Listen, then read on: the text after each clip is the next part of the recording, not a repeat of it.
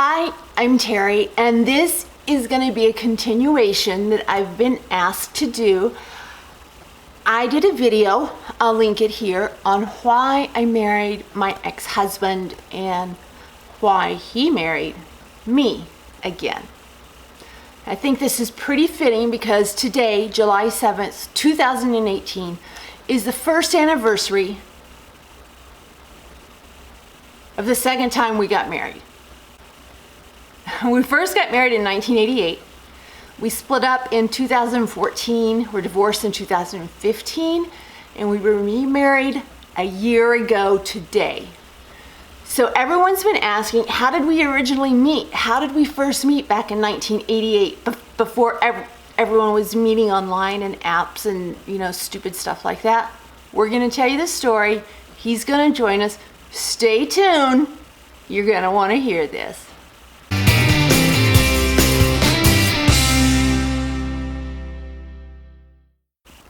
Here we are. Here's the story.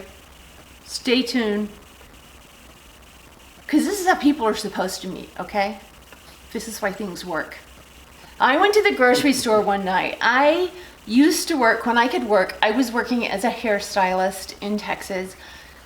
And I went to a grocery store one night, which was really unusual for me because it wasn't a grocery store I went to generally. And I never went at night after work because there are freako weirdos that lurk around in parking lots.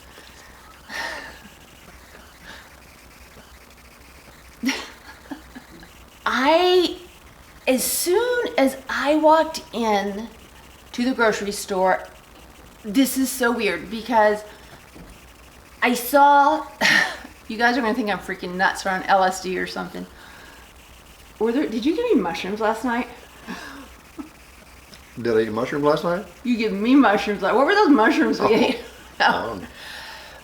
When I walked into the grocery store, this was 1988. 87. 87. Yeah. 87. He's older than me, but a better memory. This was 1987.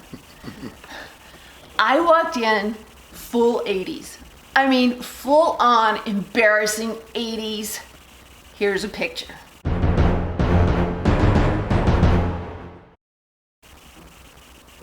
Now that wasn't of that night, but that's what I was looking like.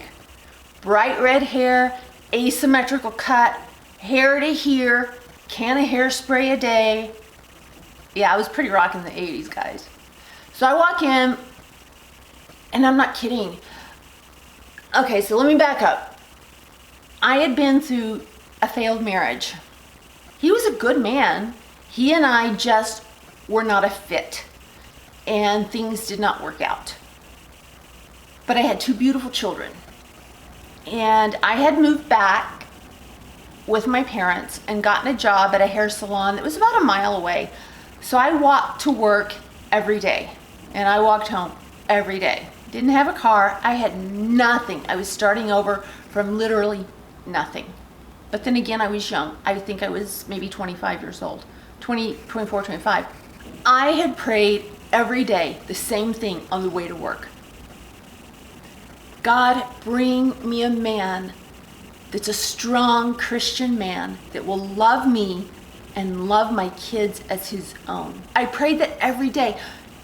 I didn't have any bring me a guy that's 6 foot, I'm 6 foot tall, bring me a guy that's 6'5", dark curly hair, green eyes, with an accent. No, I didn't do that.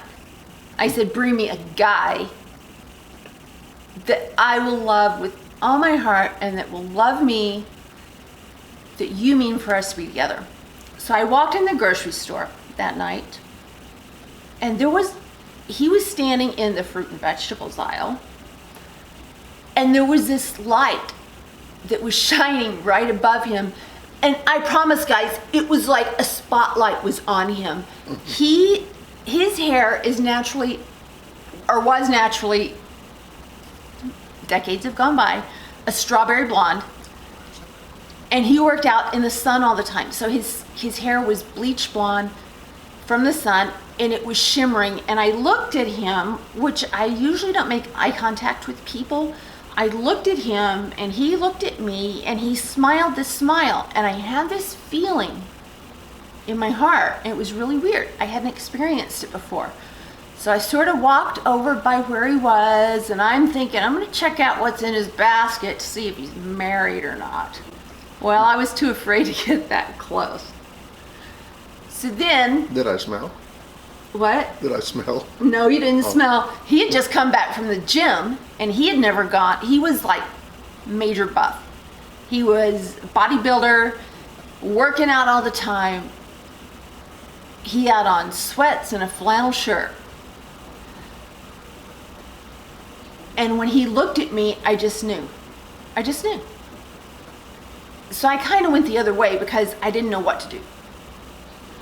And I went up an aisle and I saw him, and I dodged that aisle. I went on another one, and he was there too. So I turned around and went the other way because I didn't want him to think I was like a creepy stalker, right? I didn't want you to think I was a creepy stalker. So when I kept seeing him on these aisles, in my head, I prayed, God, if this is the man for me, I'll see him again. And my heart's going like a million miles a minute. It is nothing I had ever experienced. So I walk, if you're a Texan, you're gonna get this, by where the Bluebell ice cream was. Oh yeah, raise your hands, Texans. You know the aisle in the grocery store where Bluebell is. I walked around that on the way to the cash registers. There he was. When I saw him, my mouth went dry. My heart felt like it was leaping out of my chest. I couldn't breathe. I didn't know what lane to get in. So I got into the lane to the side of you. And he's going to tell you something in a minute, which I don't even remember. But it makes sense. So I'm in this lane. He's in this lane. I'm in this lane. He's in this lane. It's at night. I do hair. I have business cards with me. I did hair. And I was thinking, okay, if he passes in front of me, I'm going to stop him and give him one of my cards. What did he do? He went out the other door. So when he went out the other door, I was like, okay, God, I guess that wasn't him.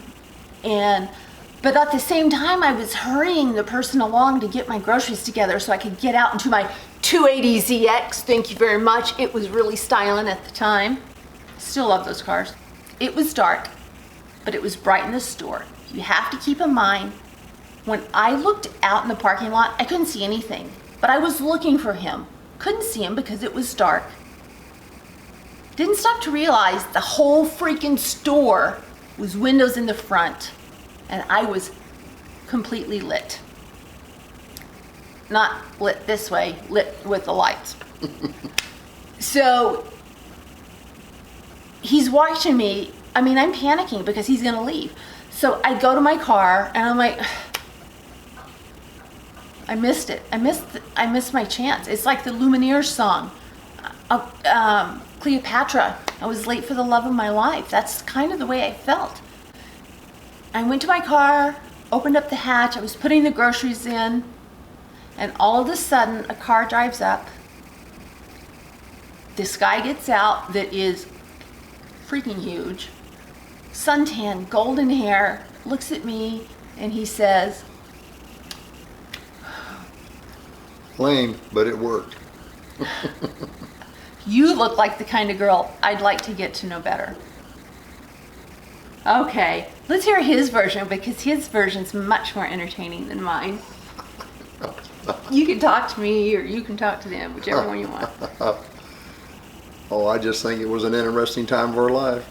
I know that I was struggling pretty bad in my life, and I just had a marriage fail, and all I was doing was working and pouring concrete every day and in construction, and worked out late one night, wanted to go to the store, didn't want to go, and I almost turned and didn't go to the store. And as the story goes, you already said part of it, when I entered the store in the fruit section, there you were. I had never seen anybody that tall and that beautiful, but I'm not a flirt. I just looked and smiled, and I walked on.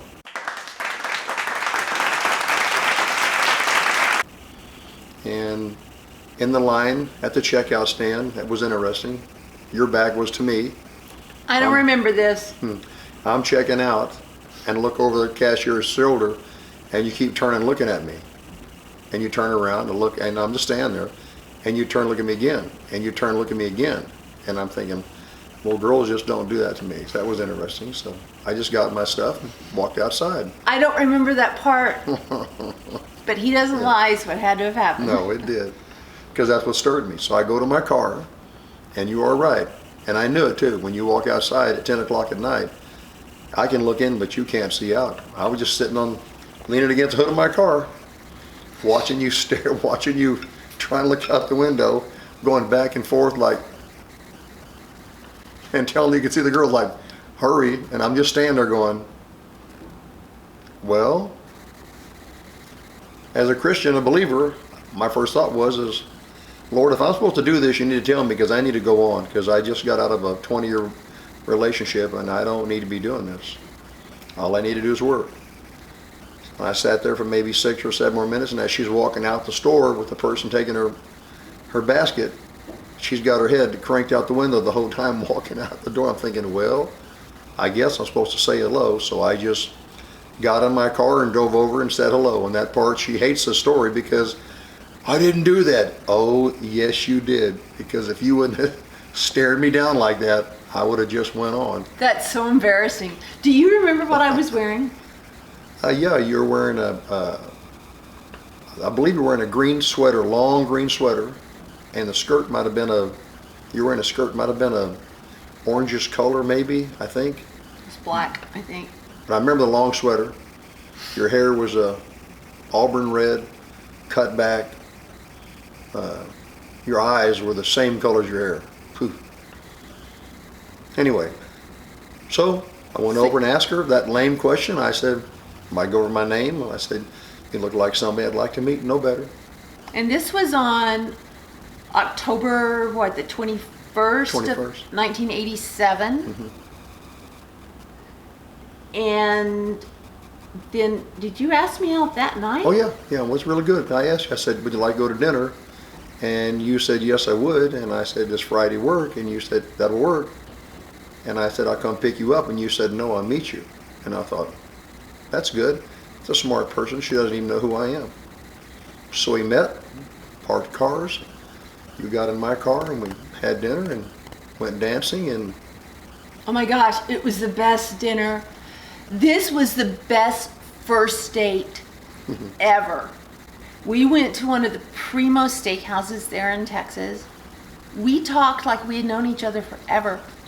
And then we went dancing. Mm-hmm. And it was like at a 50s club or a 50s night or something. Mm-hmm. And we saw that dude, what'd we call him? He thought like Butch or something. He thought he was Elvis. oh, I don't know. Oh my gosh, it was crazy. And then where did we go? Do you remember where we went after that? Went to Whataburger. Nope. Oh, wait, where'd we go? Was it Denny's? Yes. Oh, that's right, went to Denny's, yeah. Whataburger was the next time we went out. Yes. Karma, Yeah. go on. Go lay down. Karma, go. Our dog. We went to Denny's and we had, I'm questioning him here, ice cream. Okay. Probably coffee also. Yeah, but I didn't drink coffee until we moved to the Northwest. And after that, we spoke every day. You're not going to tell them about the what? the vampire bite? You're not going to tell them that part? Oh my gosh.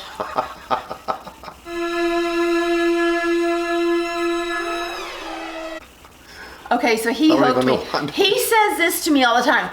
You, me.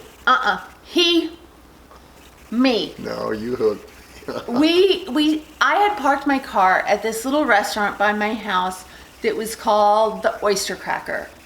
And he took me back to my car. Your turn.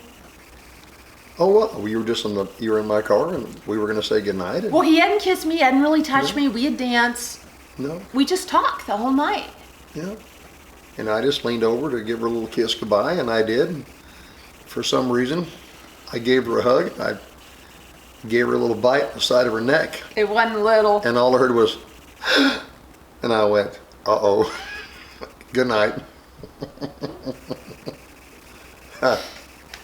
And that was it. Talked to you every day since then for almost 31 years. That was in October. We got married in April. And that's going to be the next part of this. How do you blend families? I had 2 little kids that were very hurt. He had 3 older boys that were almost my age. My stepson's wife is just 3 years younger than I am. So his boys, I didn't know how, when I look back, I didn't know how to react or deal with teenage boys as sort of not really a parental figure, because I wasn't, but you know, as a stepmom, as an adult influencer, because I was still really, come on, a 25-year child yourself. I didn't realize how to do that, and it was hard. My kids had problems with his kids had problems with my kids. I had problems with his kids had problems with my kids, and it took us 30 freaking years, maybe a little less than, for me to figure out what the heck was going on, and a lot of therapy. But it was most definitely an anointed day. Agree to that. And one of the best first dates ever. Oh yeah, it was good. It was good. And so yesterday, he sends me a text that we have reservations tonight at a place in Portland called Morton's the Steakhouse. One of our favorite places, and I cannot wait. And we were there 1 year ago, the day we got married, weren't we? I think. Went to Morton's on it, yep. Yep. The day we got married. Yeah. Yeah. So now we get to go back and celebrate How do you do the that? first of a second anniversary, or the second of a first anniversary, or the beginning of a second marriage to the same person twice, or The first anniversary. How about this? The first anniversary of the rest of our lives. it's a good one. Or the first anniversary of the next chapter in our lives.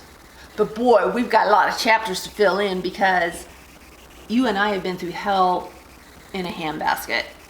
Which is, if you're young, you don't have a clue what that phrase means. But we went through the highs and the lows, and we have so many things, and people look at us and they say, to me, to Jeff, they're normal. And then when I see the reactions on their faces, they're like, and I forget we lived this. So to us, it's just a part of our history. It's a part of our fabric of our family. But to other people, they look at us like, what happened? A lot. Oh, and I have to say this, because this was the cutest thing. So Jeff and I got married in April 16th, 1988, and his youngest son, who he and I are like this now, we are tight. And he gave me the sweetest Mother's Day card that he made himself.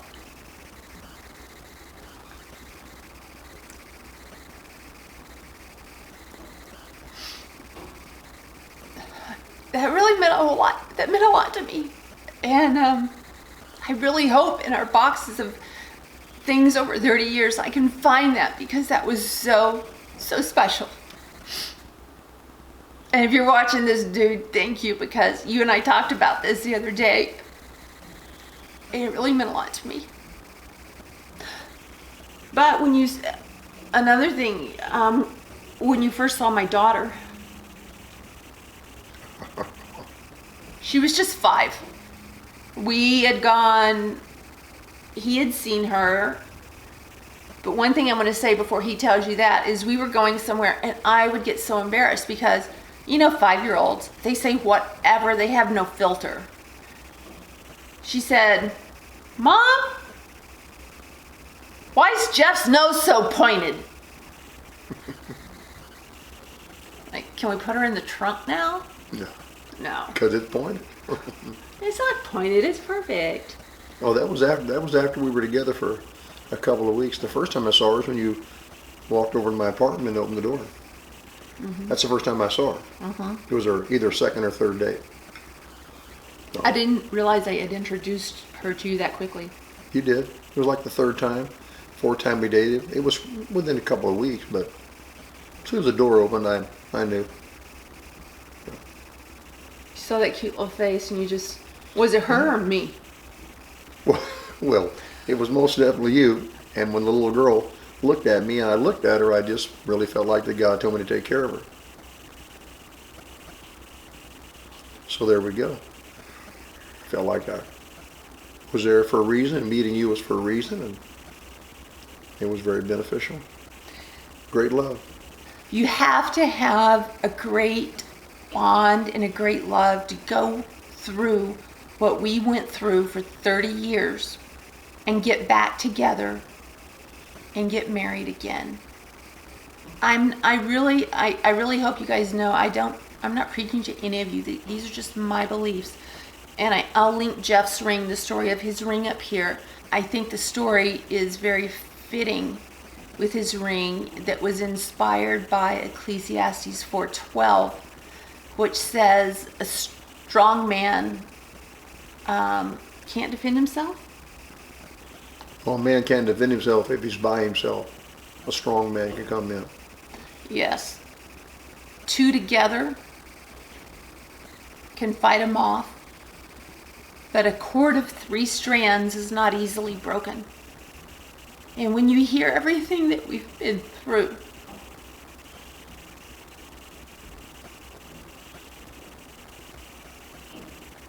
I think you'll understand why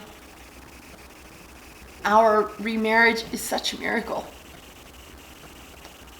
and a testimony of the grace and glory of God, for forgiveness, for mercy, for understanding. Yeah, It matters. Great love. Oh, yes.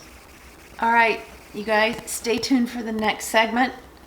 I'll give you a heads up when I'm going to post it. Hopefully it's going to be next week. I'd like to try and post one of these a week because, heck, that'll take me like 30 weeks out in the year, right?